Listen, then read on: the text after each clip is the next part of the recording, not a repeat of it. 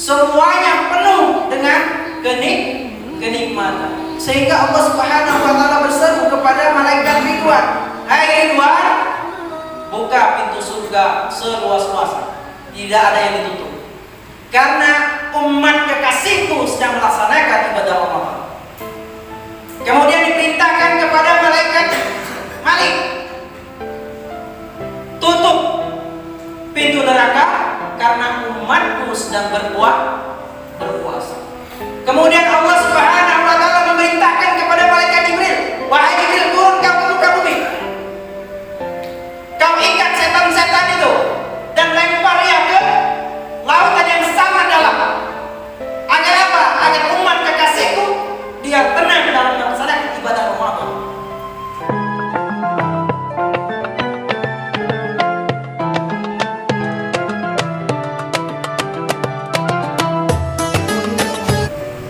Acara selanjutnya adalah ceramah keagamaan Ramadan yang akan disampaikan oleh Bapak Iskandar SSY MH sekaligus pembacaan doa. Kepada Bapak, waktu dan tempat kami persilakan.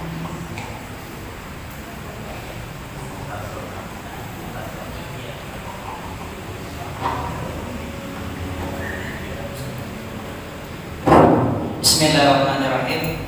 Assalamualaikum warahmatullahi wabarakatuh. Alhamdulillah, alhamdulillahirabbil alamin, wahdahu wassalatu wassalamu ala asrafil anbiya'i wal mursalin wa ala alihi rasulillahi ajma'in. Allahumma salli ala sayyidina Muhammad wa ala ali sayyidina Muhammad sallallahu alaihi. Yang saya hormati Bapak Kades beserta jajarannya, kemudian yang kami muliakan pegawai syarat Imam Masjid Ati Bilal Masjid Nurul Yakin, kemudian beserta seluruh tokoh agama, kemudian yang kami hormati Kepala Kantor Urusan Agama beserta seluruh rekan-rekan pegawai Kantor Urusan Agama Tengah Ilir.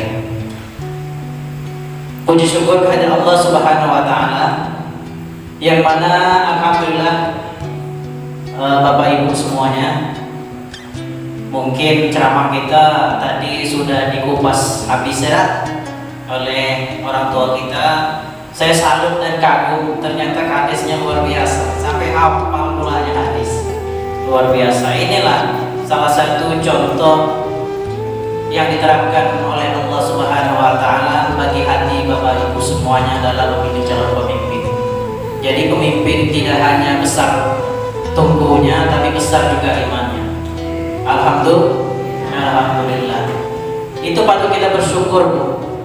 Kemudian sholawat dan salam atas junjungan kita Nabi besar Muhammad sallallahu alaihi wasallam dengan lafaz Allahumma shalli ala sayyidina Muhammad wa ala ali sayyidina Muhammad.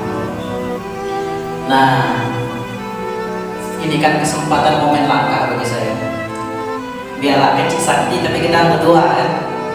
Jadi di sini saya memperkenalkan diri.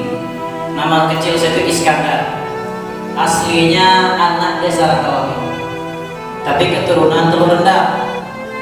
Nah, kata orang tua saya banyak juga keturunannya di Muara Kilis. Nah, tapi mudah-mudahan melalui bulan Ramadan dan safari ini menjadi silaturahmi kita lebih dekat lagi, dan akhirnya apa? Berbuah dengan keridhaan dari Allah Subhanahu wa taala. Ibu-ibu mau tidak dicintai dan mencintai. Mungkin kalau bapak-bapak sudah jelas. Dalam keterangan Imam Nawawi, kalau kita umat baginda Nabi Muhammad SAW ingin dicintai, maka seperti yang dikisahkan dalam kitabnya. Jadi Sesibli ini berjumpa dengan Ibnu Mujahid. Ketika bertemu langsung diciumnya. Sesibli ini oleh Ibnu Mujahid ini diciumnya. Ini dikisahkan oleh Imam Nawawi dalam kitabnya. Jadi bertanya Sesibli, apa gerangan engkau menciumku, memelukku? Katanya, di dalam mimpi aku bertemu dengan mana aku melihat engkau dipeluk dan diciumnya, dan tempat yang aku cium keningmu dan aku peluk itulah tempat Rasulullah mencium. Nah, jadi Bapak Ibu ingin tahu bagaimana agar kita dicintai oleh baginda Nabi Muhammad SAW. Kemudian ditanya oleh Ibnu Mujahid, apa gerangan amalannya? Selain zikir, kata Syekh Sikri, selain zikir yang diamalkan setelah sholat, perbanyaklah pertama membaca 2 surah terakhir dalam surah At-Taubah. Banyak-banyak membaca laqad ja'akum itu. Ibu-ibu selesai sholat banyak-banyak membaca itu. Kemudian ditambah, kata Syekh Sikri, apa ditambahnya? Dengan ditambah dengan sholawat kepada baginda Nabi Muhammad SAW. Bagaimana sholawatnya? Sallallahu alaika ya Muhammad. Ibu bacalah 100 kali. Kalau 2 ayat tadi kemudian ditambah sholawat, ibu baca selesai sholat 5 waktu, insya Allah setiap hari tidak akan putus rezeki. Itu jamin. Dan alhamdulillah saya sudah merasakan itu semuanya. Yang kita doakan, yang kita hajatkan, yang kita butuhkan, Allah kasih semua.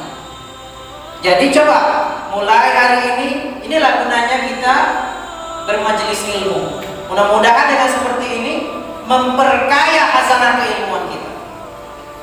Kemudian karena tadi sudah dibahas oleh para orang tua kita, jadi saya ingin menekankan sedikit aja dari sisi sabda Nabi Muhammad SAW. Ini masalah perihal keyakinan kita dalam melaksanakan ibadah puasa Ramadan. Jadi baginda Nabi Muhammad SAW, beliau bersabda, umirtu an uqatilan nas hatta yashhadu an la ilaha illallah wa anna Muhammadar Rasulullah. Aku, kata baginda Nabi Muhammad SAW, ini dia keras, sama seperti bahasa Pak Kades, diutus untuk memerangi manusia hatta, sehingga ia asyhadu an la ilaha illallah wa asyhadu anna Muhammadar Rasul. Dia bersaksi. Ini di hadis yang saya bacakan terdapat di dalam hadis Arba'in, hadis yang ke-8. Jadi artinya apa? Ada nilai ketauhidan di sana yang ditanamkan oleh baginda Nabi Muhammad SAW. Apalagi ini di bulan Ramadan. Ya ayyuhalladzina amanu kutiba alaikumusiyam kama kutiba alal ladzina min qablikum la'allakum tattaqun. Di sana kita dipanggil. Allah berseru di sana. Kalau kita ambil dari sisi tauhidnya, ya ayyuhalladzina amanu, beriman di situ.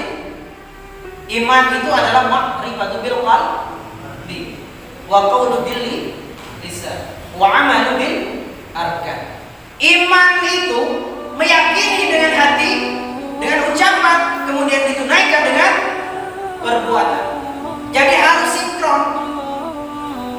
Yang dipanggil di sana oleh Allah orang-orang beriman. Iman itu pada dasarnya telanjang. Kalau tidak dikasih pakaian dengan takwa, sungguh memalukan. Dan hiasan yang terindah iman adalah malu. Jadi ketika kita sudah tahu di dasarnya bahwa Ramadan ini adalah ketentuan yang dijelaskan oleh Allah langsung di dalam firman-Nya, maka sesungguhnya perbuatan kita pada malam hari ini merupakan mirtahul qulub, kata Allah. Ini merupakan pancaran ketakwaan di dalam hati. Jadi bersyukurlah kita tahu dengan nilai keimanan, kita tahu Ramadan itu. Dengan nilai keimanan kita tahu Ramadan itu berlipat ganda. Maka kalau kita kiaskan antara nilai keimanan itu seandainya berlian, karena nilai keimanan lebih tinggi dari permata, lebih tinggi dari mutiara, lebih tinggi dari apapun. Kalau kita ibaratkan iman ini sebuah berlian dan satunya ada rumput. Kalau berlian ini di tangan kanan dan rumput di tangan kiri kita taruh, kita hadapkan ke kambing, mana yang akan dipilih kambing? Rumput itu sifat kambing.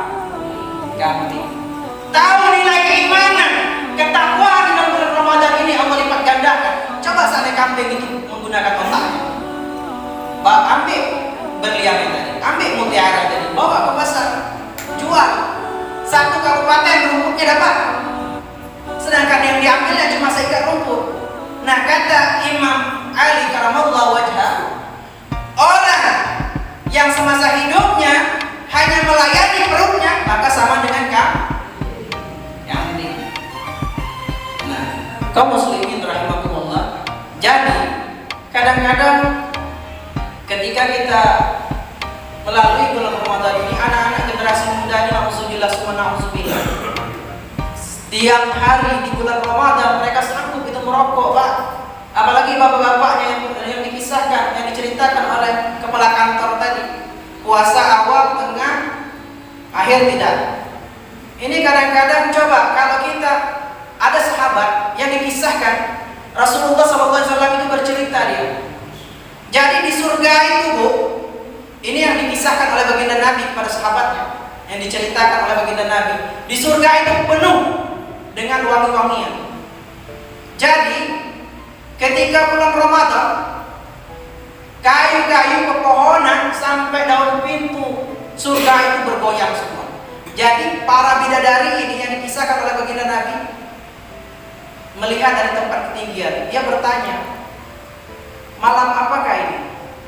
Atau bulan apakah ini?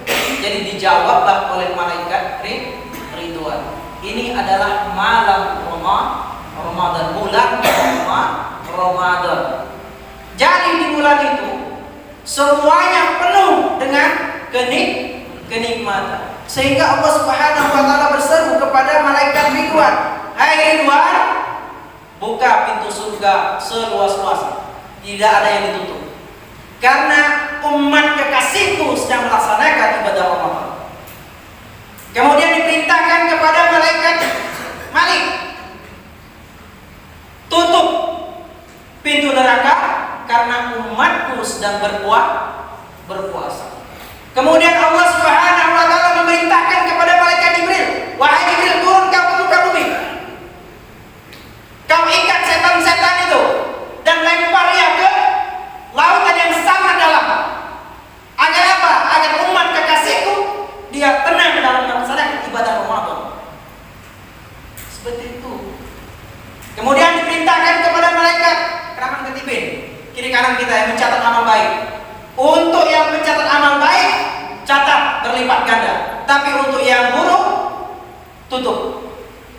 Bayangkan kemuliaan di bulan Ramadan. Kemudian di bulan Ramadan tersebut Allah utus malaikat Jibril beserta malaikat lainnya untuk melihat para umat baginda Nabi Muhammad yang melaksanakan perintah puasa tersebut dan melaksanakan qiyamul lail. Kalau malaikat Jibril itu mengepakkan sayapnya, timur dan barat itu tertutup hanya 2 sayap. Jadi ketika peristiwa itu Allah turunkan ketika malam Lailatul Qadar. Jadi diturunkan, malaikat Jibril ini memerintahkan kepada malaikat yang lainnya untuk mencatat melihat umat baginda Nabi Muhammad SAW yang melaksanakan qiyamul lail ataupun apapun ibadah di bulan Ramadan lainnya sampai menjelang fajar. Jadi ketika fajar menyingsing, malaikat Jibril berkata kepada malaikat lainnya, "Mari kita pulang kaos." Jadi ditanya oleh malaikat lainnya, "Nanti dulu ya Jibril, sayang, aku ingin melihat keseluruhan dari amal ibadah rangkaian yang dilaksanakan oleh umat baginda Nabi Muhammad."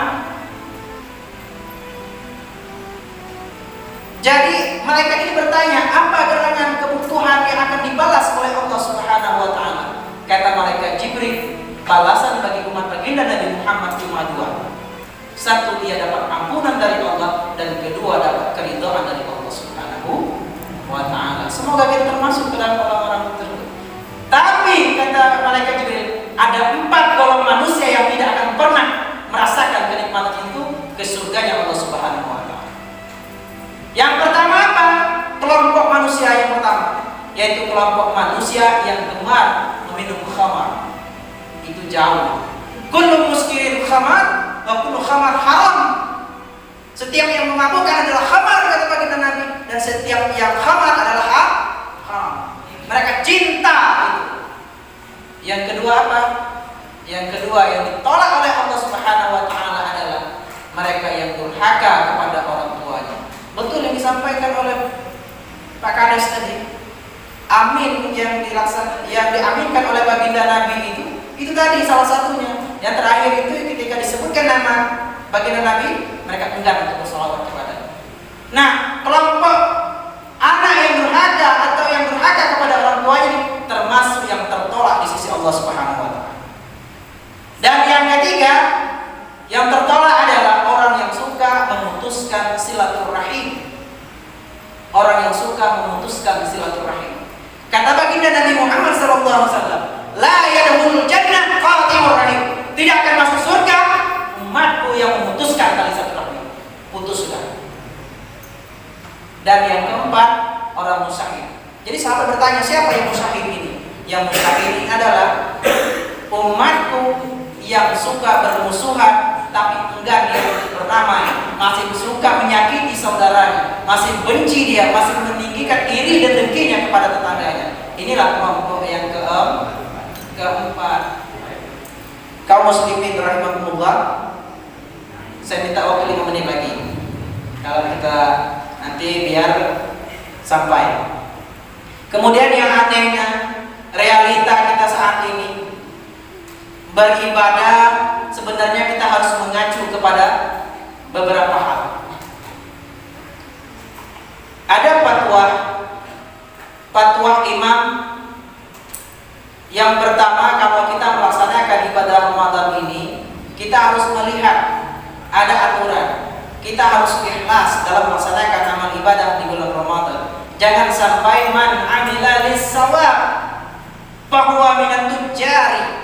Bahwa kita melaksanakan, kita melihat untung ruginya dulu baru kita berbuat. Ini salah. Tidak boleh seperti itu. Jangan sampai kita termasuk dalam kelompok orang yang beramal tapi melihat untung rugi dulu. Yang bagus itu adalah man amila lillahi wa huwa minal akhlaq.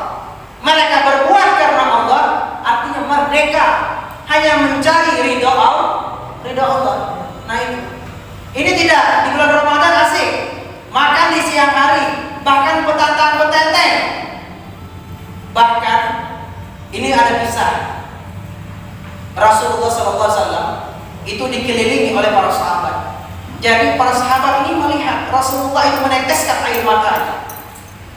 Kemudian sesaat Rasulullah tersenyum sampai melihat 2 gigi seri Rasulullah SAW. Jadi para sahabat ini enggan bertanya kepada baginda Nabi. Jadi yang bertanya itu hanya satu, yaitu sahabat Umar bin Khattab. Ya Rasulullah, kami ingin bertanya, kenapa kami melihat bahwa engkau tadi menangis kemudian setelah itu tertawa, artinya sampai terlihat gigi serimu.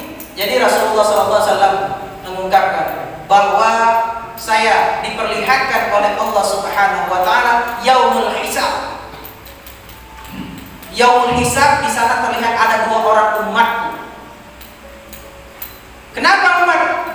Ada 2 orang kelompok. Satu kelompok menuntut kepada Allah terhadap kelompok yang lainnya. Satu manusia menuntut terhadap manusia yang lainnya. Kata Allah, mereka meminta kepada Allah, ya Allah, kami minta pertanggungjawaban oleh saudara yang telah menzalimi kami. Jadi kata Allah Subhanahu wa taala, ambillah kebaikannya maka dilimpahkan kepada orang yang dizalimi. Nah, hati-hati Bu. Kemudian si yang dituntut mengadukan hal lagi kepada Allah. Ini yang membuat Rasulullah menangis. Bagaimana ya Allah aku akan menggantinya, padahal kebaikan sudah habis. Kata Allah, ambil kejelekannya, pindahkan ke Allah. Nah, jadi kejelekan si penuntut dikasih kepada orang yang dituntut. Ini yang membuat Rasulullah SAW menangis ketika dinampakkan yaumul hisab tersebut. Bayangkan, ini petantang-petenteng menyakiti kita. Mereka tidak tahu. Ya ayyuhallazina amanu, di situ orang beriman. Petantang-petenteng siang hari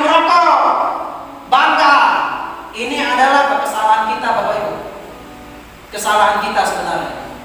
Karena ini mungkin baik dari kelompoknya maupun dari lingkungan ini yang membuat menyakiti saudara semuslimnya. Orang Kristen kalau di lingkungan dasar itu sopan dia terhadap orang Islam. Tapi coba kalian lihat, kalau saya balik dari Tebo, misalnya dari Tebo, selalu misalnya lewat, nampak. Kalau di pinggir-pinggir jembatan sambil merokok lagi anak-anak muda, bangga. Tapi dia belum tentu kalau secara tauhid yang menyakiti saudara seiman. Nanti di yaumul akhir saya tuntut gitu. Hati-hati gitu. Kemudian ini yang membuat hal Allah Subhanahu wa taala menampakkan kepada baginda Nabi agar baginda Nabi memberikan isyarat kabar kepada umatnya. Kemudian kenapa setelah itu Rasulullah ketawa sampai nampak gigi seli? Maka ketika si penuntut tadi yang dituntut juga sudah selesai, kemudian baru Allah Subhanahu wa taala memerintahkan kepada si penuntut, coba engkau menghadapkan muka, menghadaplah ke atas. Maka dilihat dari penampakan di situ. Jadi dia bertanya, ya Allah, kota yang indah penuh dengan perak emas ini punya siapa? Siapa yang memilikinya? Yang di surga ini, yang punya ini, siapa ya Allah? Kata Allah, orang yang bisa memiliki ini hanyalah orang yang mampu membayar. Lalu bertanya umat baginda Nabi Muhammad tersebut, siapa yang mampu ya Allah? Ia yang mau memberikan pintu maaf kepada saudara seiman. Alhamdulillah. Jadi kita maafkan Bapak Ibu, tapi tetap kita nasihati. Inilah yang membuat Rasulullah SAW senang akhirnya. Jadi kata Rasulullah menyebutkan kepada sahabat-sahabatnya, kesalahan tidak hanya bisa diselesaikan dengan pintu taubat, tapi kesalahan terhadap manusia wajib harus diselesaikan atau dihalalkan sesama manusia. Itu wajib, Bu. Jadi di bulan Ramadan inilah kita perkuat lagi ar-rahim kita perkuat lagi silaturahmi kita perkuat lagi. Karena kalau kita bercerita dari mulai keistimewaan mungkin sampai subuh, makanya saya ambil yang pendek-pendek saja. Mungkin saya rasa cukup sampai di situ dulu, Bu ya. Nanti mudah-mudahan kalau Allah panjangkan umur kita bertemu kembali. Insya Allah di lain waktu kita siap untuk datang kembali. Kalau ada saya yang salah tadi hilang dalam artian pengucapan, kehilapan itu murni hilangnya datang dari diri saya, dan kebenaran itu hanyalah milik Allah semata. Dan saya akhiri, wallahul muwaffiq ila aqwamit thoriq. Wassalamualaikum warahmatullahi wabarakatuh.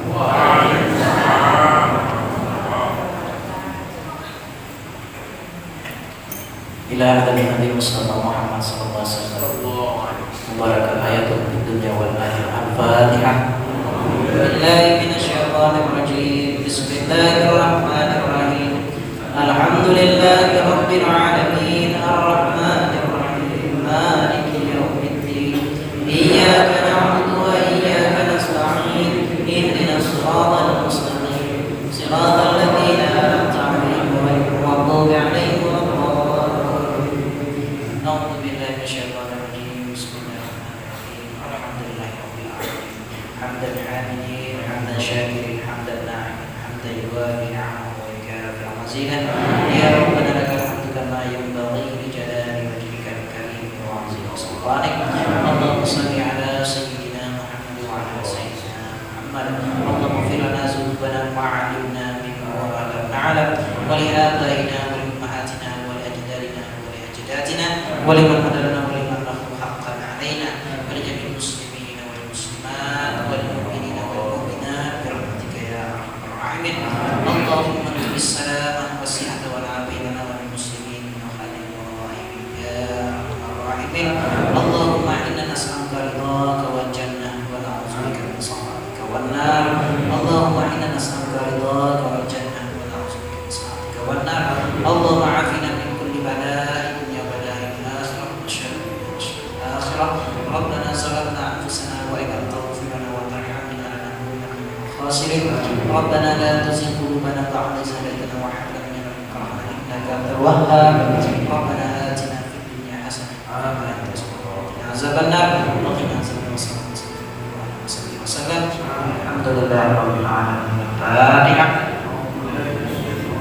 الرجيم بسم الله الرحمن الرحيم الحمد لله رب العالمين الرحمن الرحيم مالك يوم الدين إياك نعبد وإياك نستعين اهدنا الصراط المستقيم صراط الذين أنعمت عليهم غير المغضوب عليهم ولا الضالين آمين آمين يا الله آمين آمين يا رحمن آمين آمين يا رحيم اللهم بحق الفاتحة وسر الفاتحة يا فاتح ويا كاسب الله يا من لعباده ويرحم ويا كبر يا الله يا كبر يا رحمن ويا كبر يا رحيم نعم بها سبحانه وتحية بها سلام وآخر دعوانا الحمد لله رب العالمين.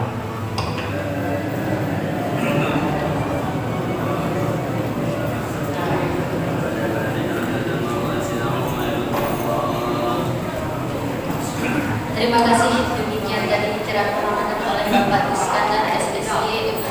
Semoga apa yang beliau sampaikan tadi bisa bermanfaat bagi kita semua. Amin. Allahumma amin.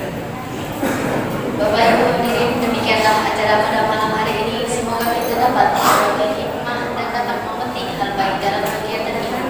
Sebelum acara kami tutup, izinkan saya selaku pembawa acara di sini mengucapkan terima kasih atas kehadiran Bapak Ibu dalam acara ini. Mohon maaf jika terdapat kesalahan dan kekhilafan. Saya akhiri wallahu muwaffiq ila aqwamit thoriq. Wassalamualaikum warahmatullahi wabarakatuh.